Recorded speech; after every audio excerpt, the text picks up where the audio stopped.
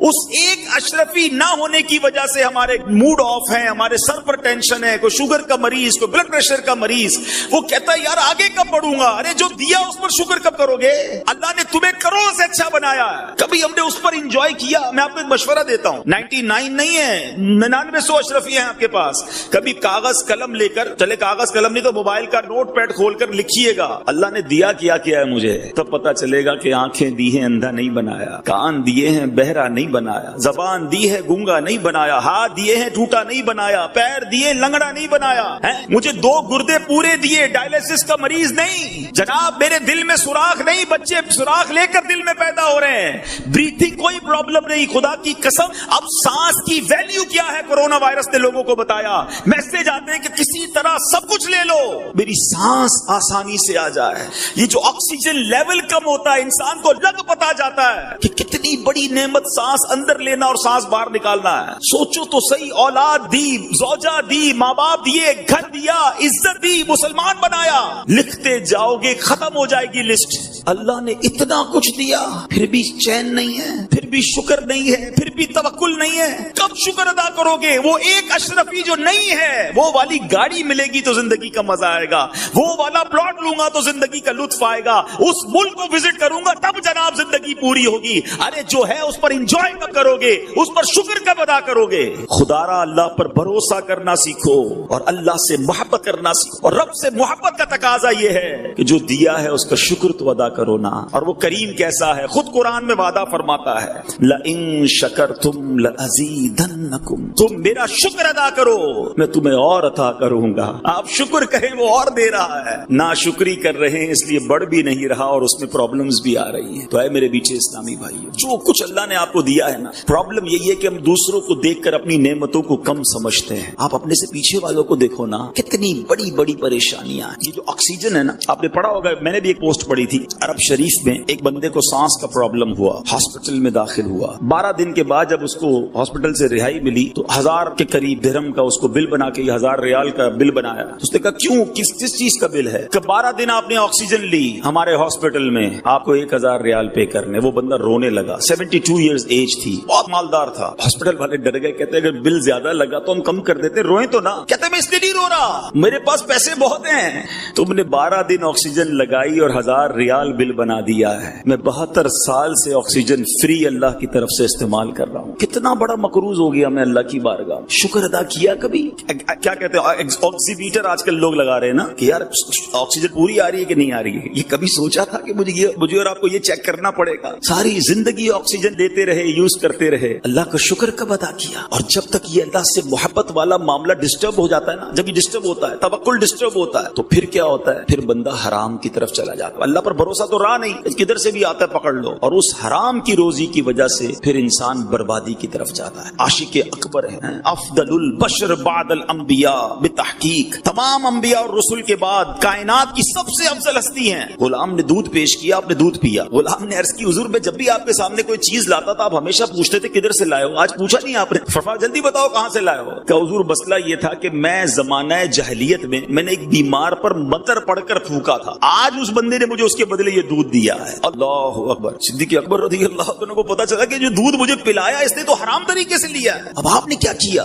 آپ حالانکہ آپ کی اس میں غلطی نہیں تھی, معلوم بھی نہیں تھا, مگر آپ نے اپنے منہ میں انگلی ڈالی اور کہہ کی دودھ نکالا, اور پھر اللہ کی بارگاہ میں بڑی عاجزی کے ساتھ عرض کی یا اللہ جس پر میں قادر تھا وہ میں نے کر دیا, اس دودھ کا تھوڑا حصہ جو میری رگوں میں رہ گیا اے اللہ اسے اب تو معاف فرما دے. یہ تقویٰ ہے اللہ والوں کا کہ کوئی ذرہ بھی حرام کا ہماری روزی میں شامل نہ ہو, ہماری غذا میں شامل نہ ہو. آپ کو اللہ پاک نے بڑا مرتبہ دیا ہے, اگر سچے طریقے سے آپ کام کریں تو یہ کوئی چھوٹا کام نہیں ہے. سنو, ایک بار نبی پاک علیہ الصلوۃ والسلام کی بارگاہ میں کچھ لوگ حاضر تھے. ایک شخص نے عرض کی یا رسول اللہ صلی اللہ تعالی علیہ وسلم میں سلائی کا کام کرتا ہوں. نبی پاک نے فرمایا اگر دیانت داری کے ساتھ کام کرو گے تو حضرت ادریس کے ساتھ جنت میں داخل ہو. ایک شخص نے کہا حضور میں معمار ہوں. سنو بلڈروں, تعمیر کرنے والوں, وہ بھی بلڈر تھا, گھر بنانے والا تھا.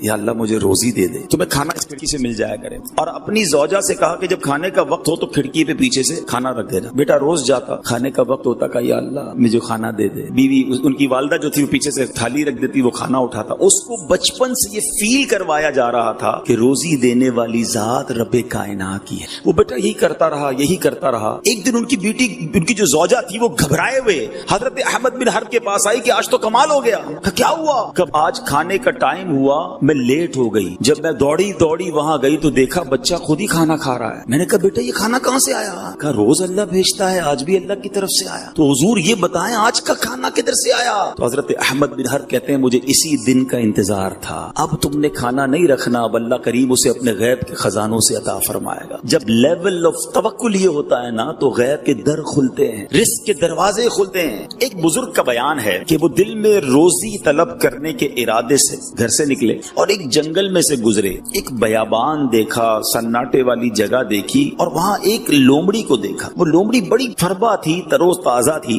لیکن کمال یہ تھا فریش فیل ہو رہی تھی، تازہ فیل ہو رہی تھی، مگر نہ اس کے ہاتھ پیر تھے اور نہ اس کی آنکھیں تھی، اندھی بھی تھی۔ تو یہ حیران ہو گئے کہ جب اس کے پیر بھی نہیں ہیں، چل نہیں سکتی، دیکھ نہیں سکتی، تو کھانا کدھر سے آتا ہے؟ بیابان بھی ہے، کوئی جگہ بھی نہیں، کھلانے والا بھی کوئی نہیں۔ تو سوچنے لگے کہ اللہ تبارک و تعالیٰ نے اس کے کھانے پینے کا انتظام کیا کیا ہے، میں ذرا غور سے دیکھتا ہوں۔ اب جناب دل میں سوچ ہی رہے تھے کہ اچانک زمین شق ہوئی، زمین کے اندر سے 2 پیالے برآمد ہوئے، ایک پیالہ دودھ کا اور ایک پیالے میں شہد بھرا ہوا۔ کہا اچھا اللہ نے ایسا انتظام کیا، لیکن یہ پیے گی کیسے؟ دیکھ بھی نہیں سکتی، آگے جا کر اس کو کیسے پیے گی؟ اب یہی سوچ رہے تھے کہ دیکھا قریب پہاڑ سے ایک نہایت خوبصورت بزرگ جو ہے وہ نیچے تشریف لائے اور ان دونوں پیالوں کو اٹھایا اور لومڑی کے پاس لے گئے اور جا کے لومڑی کو پلا دیا۔ جب وہ نورانی بزرگ واپس جانے لگے تو یہ جو بزرگ تھے جو روزی کی تلاش میں نکلے تھے، انہوں نے پکڑ لیا۔ حضرت یہ بتایا آپ ہیں کون؟ یہ کون سی ڈیوٹی ہے آپ کی کہ آپ اتنا دور سے آئے اور اس لومڑی کو یہ 2 پیالے پلائے آپ نے؟ تو وہ جو بزرگ تھے نورانی چہرے والے کہتے میں ایک فرشتہ ہوں اور اللہ کریم نے میری یہ ڈیوٹی لگائی ہے، یہ خدمت میرے سپرد کی ہے کہ روز صبح و شام یہاں آؤں اور اس لومڑی کو پیٹ بھر کر غذا کھلاؤں۔ ایک لومڑی کو غذا پہنچانے کا انتظام یہ تھا۔ اچھا وہ بزرگ سوچنے لگے کہ جب اللہ پاک لومڑی کو اتنا زبردست انتظام دے سکتا ہے تو مجھے کیا ضرورت ہے پھر روزی کمانے کی؟ میں بھی اللہ کرتا ہوں، میں بھی عبادت کرتا ہوں، پھر کاروبار اور نوکری اور اتنی محنت کرنے کی کیا ضرورت ہے؟ انہوں نے جناب ایک کنارہ پکڑا، ایک چشمے کے کنارے چلے گئے اور نماز اور روزے میں مشغول ہو گئے، دن رات عبادت نان اسٹاپ۔ 7 دن گزر گئے۔ آفٹر 7 days کوئی رزق نہیں پہنچا، کوئی کھانا لے کر نہیں آیا، بالکل نڈھال ہو گئے، نیئر ٹو انکانشیسنس، بے ہوشی کے قریب پہنچ گئے۔ اب جناب انہوں نے دعا کی کہ اے اللہ اپنی رحمت سے مجھے بھی کوئی لقمہ غذا عنایت فرما دے، 7 دن ہونے کو آئے، مجھے اب بھوک برداشت کرنے کی طاقت نہیں ہے، یا پھر میری روح قبض فرما لے۔ اب اللہ تبارک و تعالیٰ کی طرف سے جواب ملا کہ اے میرے بندے اپنے ہاتھ پیر کو حرکت دے اور روزی طلب کر، میں تجھے تیرا رزق عطا کروں گا، خود بھی کھا اور محتاجوں کو بھی کھلا۔ اگر اس حالت میں اس پہاڑ پر 70 برس تک بھی بیٹھا رہا تو میں تجھے غذا کا ایک دانہ بھی نہیں دوں گا۔ اس وقت ان بزرگ کی آنکھیں کھلی اور پہاڑ سے اتر کر تلاش معاش میں مصروف ہو گئے، جو کچھ کماتے آدھا خود کھاتے، آدھا غریبوں کو کھلاتے، محتاجوں کو کھلاتے۔ اے میرے میٹھے اسلامی بھائی، اس واقعے سے ہمیں سبق کیا ملتا ہے؟ 2 باتیں ملتی ہیں کہ اللہ پاک نے سب کی روزی کا انتظام لکھ رکھا ہے، سب کا انتظام موجود ہے، سب تک روزی پہنچتی ہے، اور انسانوں کے لیے ضروری کیا ٹھہرا کہ وہ کوشش بھی کریں، توکل ضرور کرنا ہے، مگر توکل اس چیز کا نام نہیں ہے کہ بندہ ہاتھ پہ ہاتھ رکھ کے بیٹھ جائے کہ جناب گھر پہ روزی روز ہر مہینے آ جائے گی۔ اسباب بھی تو اللہ کریم نے بنائے نا، اللہ کریم نے قرآن میں وعدہ فرمایا ہے جو اللہ سے ڈرے اللہ اس کے لیے نجات کا راستہ نکالے گا اور اسے وہاں سے روزی دے گا جہاں اس گمان بھی نہیں جائے گا۔ جو اللہ پر بھروسہ کرے اللہ اس کے لیے کافی ہے۔ سبحان اللہ۔ حضرت انس بن مالک فرماتے ہیں کہ ایک بار نبی پاک علیہ الصلوۃ والسلام کی خدمت میں حاضر ہوا تو میں نے عرض کی یا رسول اللہ صلی اللہ تعالی علیہ وسلم میرے ساتھ ایک اونٹ ہے، میں اسے باندھ کر اللہ پر توکل کروں یا یوں ہی چھوڑ دوں؟ ارشاد فرمایا پہلے اس کو باندھ لو پھر توکل کرو۔ تو یہ ہے توکل۔ ایکچولی آج میں نے اور آپ نے اس مختصر سی سٹنگ میں یہ سمجھنا ہے کہ توکل کہتے کس کو ہے، what is the meaning of توکل۔ باتیں تو ہم بہت کرتے ہیں کہ بھائی میرا بڑا توکل ہے اللہ پر، توکل کیا ہے؟ توکل کے بارے میں سیدی اعلیٰ حضرت امام اہل سنت فتاوی رضویہ میں لکھتے ہیں توکل ترک اسباب کا نام نہیں ہے کہ بندہ سارے اسباب ہی چھوڑ دے، بلکہ اعتماد علی الاسباب کا ترک ہے. تھوڑا سا فرق ہے اس میں. مثال کے طور پہ کوئی بندہ یہ کہے کہ جناب پیسے ہوں گے نا تبھی سارے کام ہوں گے. میری دکان کی حفاظت اس لیے ہوتی ہے کہ میں نے بڑا زبردست تالا لگایا ہوا ہے، میں نے 2 گارڈ بھی بٹھائے ہوئے ہیں، میں نے جناب اپنی آفس یا اپنی فیکٹری پہ آگ بجھانے کے آلے ایسے لگا دیے ہیں کہ اب آگ بگاڑ نہیں سکتی کچھ. یہ کیا ہوا؟ یہ یقین یہ ہو گیا کہ یہ اسباب کی وجہ سے ہو رہا ہے. پیسے ہیں تو ہو رہا ہے، تالے ہیں تو حفاظت ہو رہی ہے. نہیں، تالے لگانے ہیں، آگ بجھانے کا انتظام بھی کرنا ہے، روزی بھی کمانی ہے، مگر اللہ چاہے گا تو حفاظت ہوگی. اللہ کریم نے چاہا تو یہ مسئلہ حل ہوگا. اس کو لاجیکلی سمجھ لیتے ہیں. آج کل کرونا وائرس نے تو سب کو بہت کچھ سمجھا دیا. ایک ایسا جراثیم یا ایک ایسا جناب کیا کہیں اس کو وائرس جو نظر نہیں آتا مگر ساری دنیا کو لاک ڈاؤن کر دیا. پچھلے دنوں مجھے کال آئی یو اے ای سے، ہمارے جاننے والے تھے، ان کے چچا کو کرونا ہو گیا. انہوں نے کہا کہ عبدالحبیب بھائی کوئی بھی ہاسپٹل، اس وقت کراچی کی پوزیشن بڑی ڈیزاسٹر تھی اور ہاسپٹل فل تھے، کوئی بھی ہاسپٹل ہو آپ کسی طرح ان کے لیے انتظام کر دیں. میں ان کو جانتا ہوں، وہ 1-2 کروڑ روپے بھی خرچ کر سکتے تھے، ان کے لیے پیسہ کوئی چیز نہیں تھا، مگر بے بسی نظر آ رہی تھی اور اگلے 2-3 دنوں میں ان کا انتقال ہو گیا. اللہ پاک ان کی مغفرت فرمائے، درجات بلند فرمائے. ہمیں یقیناً ان سب سے ہمدردی ہے مسلمانوں سے جو کرونا کی وجہ سے دنیا سے گئے یا کسی اور بیماری کی وجہ سے گئے، مگر یہ سمجھ تو آ رہی ہے نا کہ میں کچھ نہیں ہوں، اسباب کچھ نہیں ہے، کوئی تو ہے جو نظام ہستی چلا رہا ہے. میرے پاس اپنی کچھ بھی ساری چیزیں جمع ہو جائیں، اگر رب نے نہیں چاہنا تو کچھ نہیں ہو سکتا. سارے پیسے آپ کے پاس ہوں، دنیا کا بیسٹ ڈاکٹر آپ ہائر کر لیں، دنیا کا بیسٹ ہاسپٹل آپ اپنے لیے چوز کر لیں، اگر اللہ نے شفا نہیں دینی تو شفا نہیں ملنی. اور غریب ہے، فقیر ہے، پیسے بھی نہیں ہیں اور کینسر جیسے مرض میں مبتلا ہو گیا ہے، میرے رب نے چاہنا ہے تو رات بیمار سوتا ہے، صبح صحت یاب ہو جاتا ہے، وہ بغیر دوائی کے شفا عطا فرما دیتا ہے. تو دیٹ از توکل کہ اسباب ضرور کیجئے مگر یہ نہ سمجھیے کہ اب اسباب ہو گئے تو اس کام اپنا ہو گیا.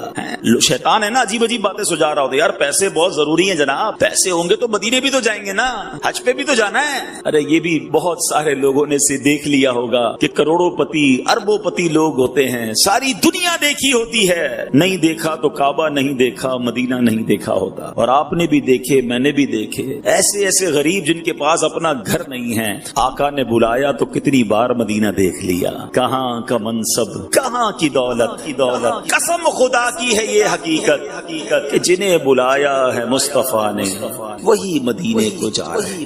توکل بہت ضروری ہے، اللہ پر بھروسہ. سبحان اللہ. اب اس کی فضائل اتنے ہیں کہ جو بندہ اللہ پہ بھروسہ کرتا ہے، اس کے فضائل قرآن و حدیث میں کیسے بیان ہوئے. اللہ کے پیارے کلام قرآن مجید فرقان حمید کا پارہ نمبر ہے 4، سورہ آل عمران آیت نمبر 159 میں اللہ کریم ارشاد فرماتا ہے، بسم اللہ الرحمن الرحیم، فَإِذَا عَزَمْتَ فَتَوَكَّلْ عَلَى اللَّهِ إِنَّ اللَّهَ يُحِبُّ الْمُتَوَكِّلِينَ.